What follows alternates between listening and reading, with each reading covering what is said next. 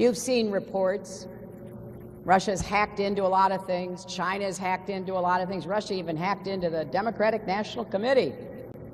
Maybe even some state election systems. So we've got to step up our game. Make sure we are well defended and able to take the fight to those who go after us. As president, I will make it clear that the United States will treat cyber attacks just like any other attack. We will be ready with serious political, economic, and military response. Donald Trump's rallies this year, you might have heard him rant and rave against China. The way he put it, and continues to put it, China is America's mortal enemy and adversary for the 21st century and beyond. Donald Trump, however, isn't the only person who appears to think this way. The so-called pivot to Asia that President Obama made the centerpiece of his long-term foreign policy agenda was also predicated in large part on the idea that China is a potential adversary that needs to be countered, perhaps by force. But is China really our enemy, or are we just turning them into one? And are we risking nuclear annihilation in the process? These questions are at the heart of The Coming War with China, a shocking new documentary by legendary filmmaker John Pilger that is airing in the United States exclusively here on RT America, with its premiere Saturday night at 9 p.m. Eastern, 6 p.m. Pacific time. John Pilger joins us now from our London studios. John, welcome to the program. Thank you, Tom. You start out this documentary not by talking about China, but with a long section about U.S. nuclear testing in the Pacific. Why was that? Well, it's about the possibility, if not the prospect, of nuclear war. The issue of nuclear war and the risk of nuclear war was said to have gone away. It never went away, of course. And we're reminded by this current situation with China and also with Russia, of course, two nuclear-armed powers, but the whole Cold War issue that so consumed us, the possibility of us of facing a nuclear Armageddon, that's very much an issue now. The whole issue with China is, I mean, I would use that rather bland word, unnecessary, but it's happened. And what's interesting is that it's been happening for some years, but it's almost as if it's only just been noticed. There has been quite a bit of news, both in the US and over here, about China building airstrips in the Spratly Islands in the South China Sea, and almost nothing about the fact that the US has surrounded China with some 400 military bases. The fairly open-ended military budget that the president is given by Congress gives the president an enormous amount of discretion and power. That the president has the right to start a war at his pleasure is just completely divorced from the original meaning of the Constitution. Let me be clear. These terms are not negotiable. The resolution will be enforced through military action. There is no decision I face as your commander-in-chief that I consider as carefully as the decision to ask our men and women to use military force. Presidents often say that they use their war powers carefully and sparingly. But what does the Constitution say about the president's actual role in using military force? And what about the role of Congress, which seems totally absent? A $1.83 billion arms sale package for Taiwan. The U.S. just authorized this deal, but Congress approved it more than a year ago. The package includes 2 frigates, anti-tank missiles, amphibious assault vehicles, and some other equipment as well. Well, Bruce, China considers Taiwan a renegade province, and the U.S. has just given it more weapons. How does this bode for U.S.-China relations? The U.S. said that it's not changing what it calls its one China policy. And now that means that the U.S. will still not recognize Taiwan as an independent state. But Obama approved the deal anyway because Washington does believe Taiwan should have a credible defense under a nearly 40-year-old act which defines relations with authorities in Taipei. The State Department said Raytheon and Lockheed Martin were the main contractors in the sales. President Barack Obama announced Monday that the U.S. is fully lifting the decades-long ban on sales of lethal weapons to Vietnam. The announcement is a big shift in U.S. policy and comes after Obama began a 3-day visit to Vietnam. Last May, during a trip to Vietnam, Obama announced the lifting of a ban on the sale of lethal military equipment. The ban was put into place in response to Vietnam's human rights record. Vietnam stands accused of holding prominent political prisoners and beating protesters. Vietnam argues it needs the weapons to defend itself against China. In 2014, China placed an oil rig in waters near the Paracel Islands, which Vietnam claims. The lifting of the embargo on Vietnam and the sale of weapons to Taiwan are likely to increase. Lockheed Martin CEO Marilyn Hewson said in July the U.S. effort to exacerbate and spread conflict is good for business. She said conflicts in both the Middle East and Asia would make them growth areas for the foreseeable future. The new president will continue the process. During the campaign, Trump promised to expand the military. He suggested repealing the current defense sequester, increasing the size of the Army by more than 500,000 active duty soldiers, and also rebuilding the Navy with a goal of 350 ships, providing the Air Force with 1,200 fighter jets, building a missile defense system, and emphasizing cyber warfare. Although Trump is portrayed as an anti-establishment politician, when it comes to an obscenely bloated defense budget and continued goodies for the death merchants, he is little different than his predecessors.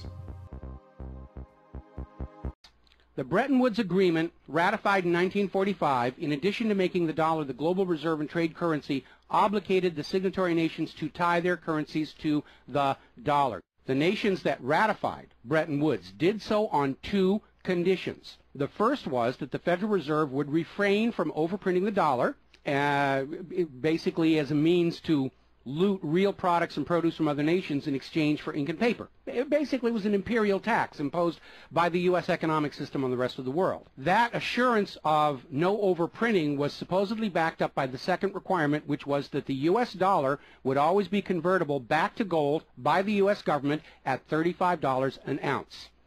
Now, of course, the Federal Reserve, being a private bank and not answerable to the U.S. government, did in fact start overprinting paper dollars, which were sent to other nations around the world, and under Bretton Woods, they had to send back products and produce and raw materials at full value. And much of the perceived American prosperity of the 1950s and 60s was the result of these foreign nations having to send real raw materials, goods, produce, back to the United States in exchange for these little pieces of paper with ink all over them, because they were forced to accept these paper notes as being worth $35 per ounce of gold. Then in 1970, France started looking at this huge pile of printed paper notes sitting in their bank vaults, for which real French products like wine and cheese had been traded, and it notified the United States government that they would exercise their option under Bretton Woods to return all those paper notes for gold at the agreed-upon $35 per ounce exchange rate. The problem was the United States had nowhere near the gold to redeem all those paper notes.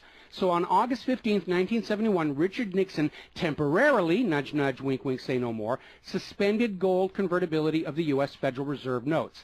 This Nixon shock, as it was termed at the time, effectively ended Bretton Woods, and many global currencies started to delink from the U.S. dollar. And it created another problem, because the United States had been collateralizing their loans, money borrowed from other governments and foreign investors, with the American nation's gold reserves. And with the awareness that there wasn't enough gold to redeem all the Federal Reserve notes, lenders to the U.S. were starting to wonder, did the U.S. government have enough gold to collateralize their outstanding debts? Foreign nations began to get very nervous about the loans to the United States, and they were understandably reluctant to loan any additional money without some form of collateral.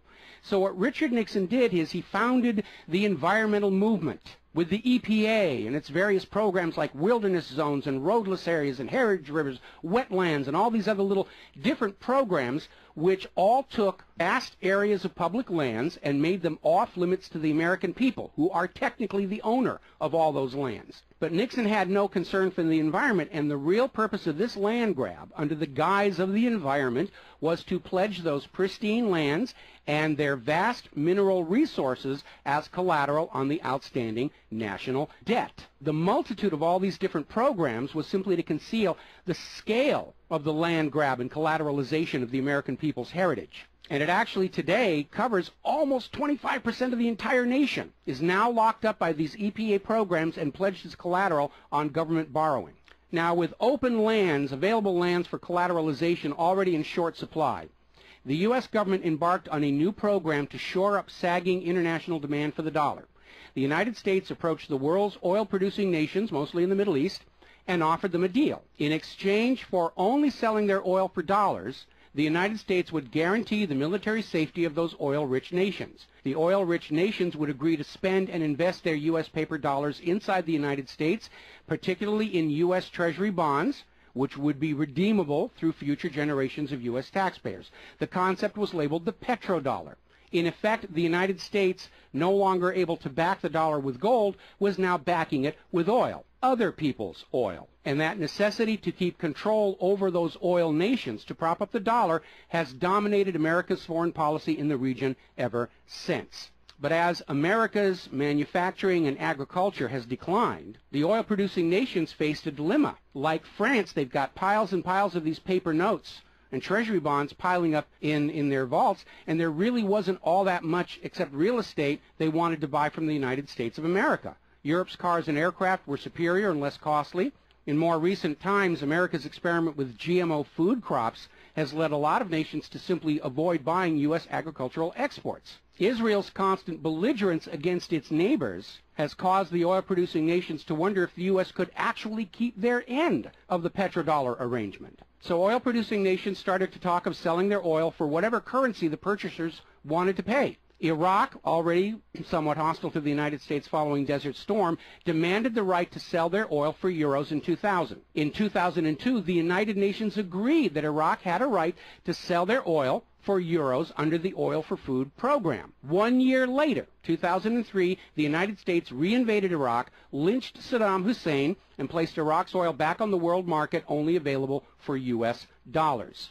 Now, the clear U.S. policy shift following 9/11, away from at least attempting to appear to be an impartial broker of peace in the Mideast to one of unquestioned support for Israel's aggressions, only further eroded confidence in the petrodollar deal, and even more oil-producing nations started openly talking of trading their oil for other global currencies. So over in Libya, Muammar Gaddafi had instituted a state central bank and a value-based trade currency, the gold dinar.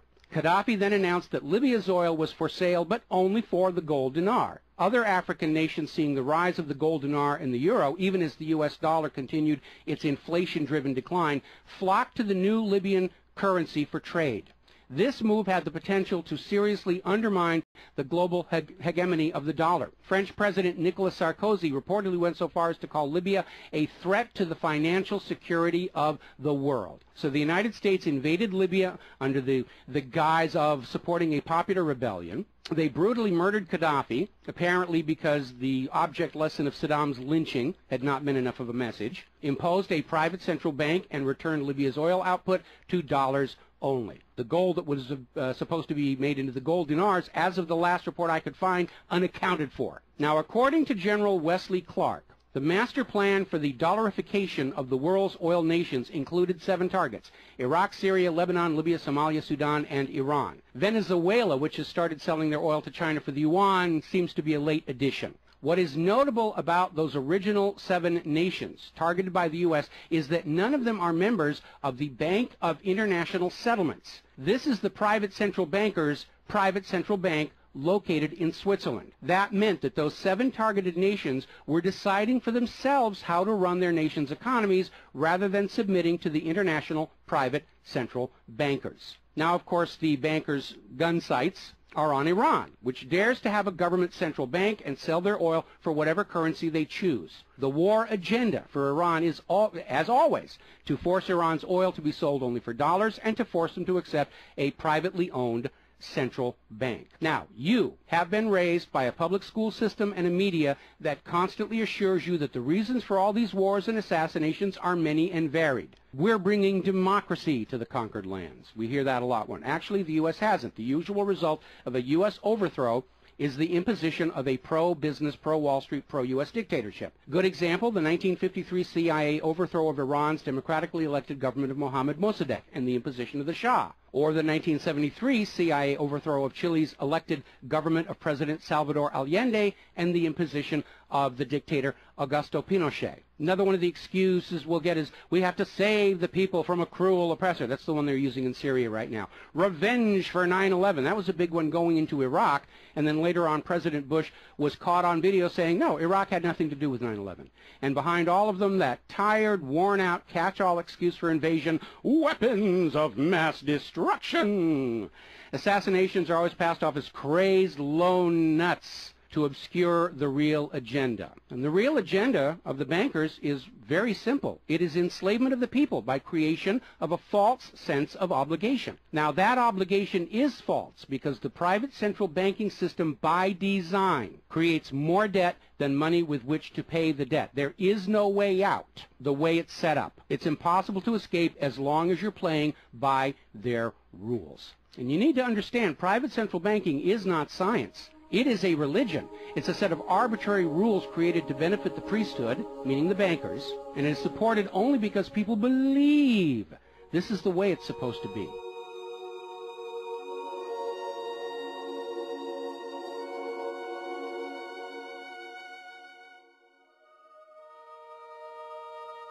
It is a religion. It's a set of arbitrary rules created to benefit the priesthood, meaning the owners of the private central banks. The fraud persists with often lethal results only because the people are brainwashed into believing that this is the way life is supposed to be, and no alternative exists or should even be dreamt of. Now, this same approach, the same brainwashing, was true of two earlier systems of enslavement, rule by divine right and slavery, both systems built to trick people into obedience, and both now recognized by modern civilization as illegitimate. So now we are on the verge of a new era in history where we will recognize that rule by debt, rule by private central bankers issuing the public currency as a loan at interest is equally illegitimate. It only works as long as people allow themselves to believe that this is the way life is supposed to be. But you need to understand something that's the core of the issue. Private central banks do not exist to serve the people, the community, or the nation. Private central banks exist to serve their owners, to make them rich beyond the dreams of Midas, and all for the cost of ink, paper, and the right bribe to the right official, and the occasional assassination. But behind all these wars and all these assassinations, the 100 million plus horrible deaths from all of these wars, lies a single policy of financial dictatorship. The private central bankers only allow rulers to rule, only on the promise that the people of a nation be enslaved to the private central banks. Rulers who do not go along with that will be killed, their nation invaded by those other nations still enslaved to the private central banks. The bankers themselves don't fight these wars. Their children are not in these wars. A nation tries to break free of the private central bankers like Libya. All the other nations under the bankers' control pile on and destroy them. This so-called clash of civilizations you are being told about by the corporate media, it's really a war between banking systems, with the private central bankers forcing themselves onto the rest of the world, no matter how many millions must die for it. The constant hate-mongering against Muslims you see in the corporate media lies in a simple fact. Like the ancient Christians, prior to the Knights Templars, Muslims forbid usury or the lending of money at interest because they saw in ancient times, like Rome, how these banking practices could destroy an entire society. And that is the reason our government media insists that Muslims have to be hated and killed and converted.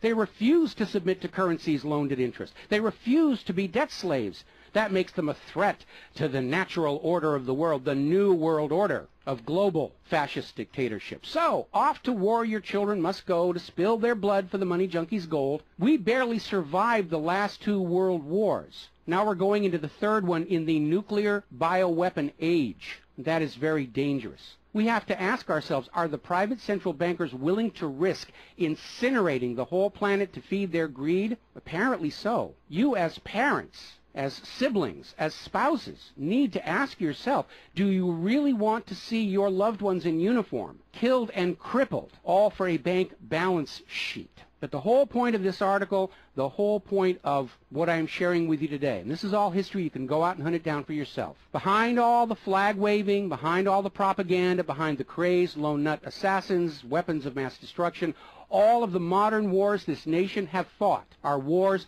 by and for the private bankers, fought and bled for by third parties unaware of the true reason they're expected to gracefully accept being killed and crippled for. And the process is quite simple. We've explained it before on this show. As soon as the private central bank issues its currency as a loan at interest, the public is forced deeper and deeper into debt. When the people are reluctant to borrow anymore, that's when the Keynesian economists demand the government borrow more to keep the pyramid scheme working. When both the people and the government refuse to borrow anymore, that is when the large wars get started, to plunge everyone even deeper to debt to pay for the war, and then after the war to borrow even more to rebuild. And when these horrible wars are over, the ordinary people have basically what they had before the war, except their graveyards are a lot larger, and everyone is in debt to the private bankers for the next century. That is why Brown Brothers Harriman in New York was funding the rise of Adolf Hitler, because war is the bankers' richest harvest.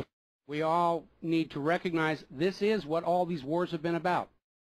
Private central banking, enlarging their domain, imposing their will on nations that do not want it, imposing their system on the rulers of nations who do not want it. Bribery, blackmail, assassination, they will do anything to maintain their stranglehold on the productivity of the world's people. And as long as private central banks are allowed to exist, inevitably, as the night follows the day, there will be poverty, hopelessness, millions of deaths in endless world wars until the earth itself is sacrificed in flames to Mammon. The path to true world peace lies in the abolishment of all private central banking everywhere and a return to the state-issued, value-based currencies that allow nations and people to become prosperous through their own labor and development and efforts. Now,